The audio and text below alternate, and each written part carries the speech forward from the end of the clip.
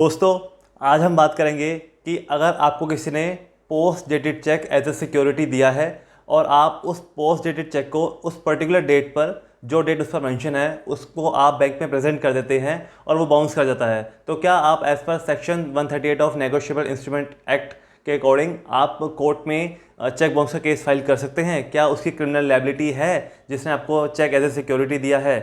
तो अगर आप हमारे चैनल पर नए हैं तो अभी के अभी सब्सक्राइब कर लीजिए, क्योंकि यारों इससे हमें भी मोटिवेशन मिलती है। हम अपने बिजी स्केड्यूल में से टाइम निकाल कर आप लोगों के लिए ऐसे इन्फॉर्मेटिव वीडियोस बनाते हैं।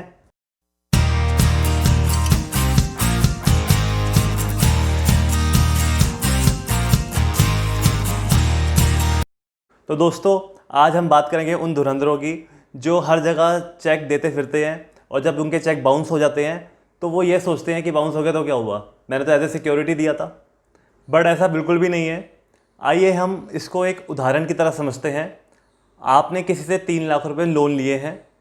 और आपने एक लोन एग्रीमेंट भी साइन किया है और आपने as a security post dated cheque, यानी आपने एक पोस्ट डेटेड चेक जो है एज ए सिक्योरिटी सामने वाली पार्टी को दे दिया है और उस पोस्ट डेटेड चेक पे जो डेट डली है वो 4 महीने बाद की डली है और आपने कहा है कि मैं आपको 4 महीने बाद जो है ये 3 लाख रुपए रीपेमेंट कर दूंगा, और 4 महीने बाद आप उसको पेमेंट नहीं करते हैं तो वो सामने वाली पार्टी जो है, जो सामने वाला पर्सन है, वो आपके चेक को बैंक में लगा देता है, प्रेजेंट कर देता है और आपका चेक बाउंस कर जाता है due to any reason, insufficient funds या पेमेंट स्टॉप्ड बाय ड्रॉर। तो ऐसा कुछ भी, कोई भी रीज़न होता है जिससे से वो बाउंस कर जाता है, तो कल वो आप पर section 138 of negotiable instrument act के अकॉर्डिंग आप पे चेक बाउंस का केस कर सकता है और आप कोर्ट में ये कहेंगे कि हमने तो ये चेक एज ए सिक्योरिटी दिया था, ये कैसे कवर हो गया, मेरी तो कोई क्रिमिनल लायबिलिटी नहीं है, ये सेक्शन 138 के अंदर जो केस है ये गलत केस है, हमने तो एज ए सिक्योरिटी चेक दिया था। बट ऐसा बिल्कुल भी नहीं है, क्योंकि जिस दिन आपने वो चेक उसको पोस्ट डेटेड चेक जो था वो जो दिया था, उस दिन आपकी जो डेट थी वो एट प्रेजेंट अराइज हो चुकी थी, उसको आपसे पैसे लेने थे, क्योंकि आपने लोन एग्रीमेंट साइन किया है, उस लोन एग्रीमेंट के अकॉर्डिंग आपने 3 लाख रुपए रिसीव कर लिए हैं, तो उसी डेट से आपकी जो डेट थी, जो लायबिलिटी थी, वो बन चुकी थी, वो मतलब लीगली आपसे पैसे लेने के लिए बाध्य है,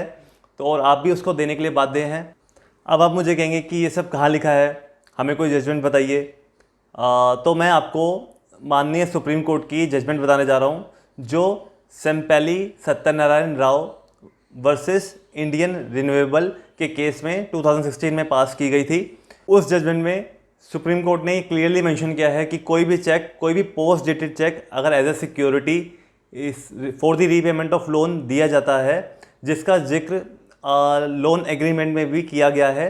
तो उस पोस्ट डेटेड चेक के बाउंस होने पर जो सामने वाली पार्टी है वो पोस्ट डेटेड चेक देने वाले को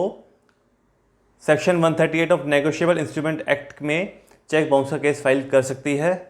तो दोस्तों, आपको इस वीडियो में 2 चीज़ें सीखने को मिली होंगी कि फर्स्ट तो ये है कि अगर कोई cheque, post dated cheque as a security किसी लायबिलिटी को उतारने के लिए दिया जाता है तो वो section 138 of negotiable instrument act में कवर्ड है। अगर कल वो बाउंस हो जाता है तो चेक देने वाले पर केस हो जाएगा चेक बाउंस का। और सेकंड चीज़ ये है कि पोस्ट डेटेड चेक जो है वो as a good and recognised mode of payment माना गया है, तो अगर कल कोई आपको post dated cheque as a security देता है अपनी कोई लोन की रीपेमेंट उतारने के लिए या कोई लायबिलिटी उतारने के लिए, तो आप हंसते हंसते उस पोस्ट डेटेड चेक को ले लीजिए, क्योंकि ये जो पोस्ट डेटेड चेक है ये लीगली एनफोर्सेबल है, यानी आप इसके बाउंस होने पर सामने वाली पार्टी पर जो है चेक बाउंस का केस कर सकते हैं और इससे आपकी जो पेमेंट है वो काफ़ी हद तक सिक्योर होती है, यानी 100% वो सिक्योर है। तो अगर आपको मेरा ये वीडियो अच्छा लगा हो तो सबके साथ शेयर कीजिए, ताकि सबको ऐसे इन्फॉर्मेटिव वीडियोस जो है देखने को मिले, सुनने को मिले। और आज के लिए धन्यवाद।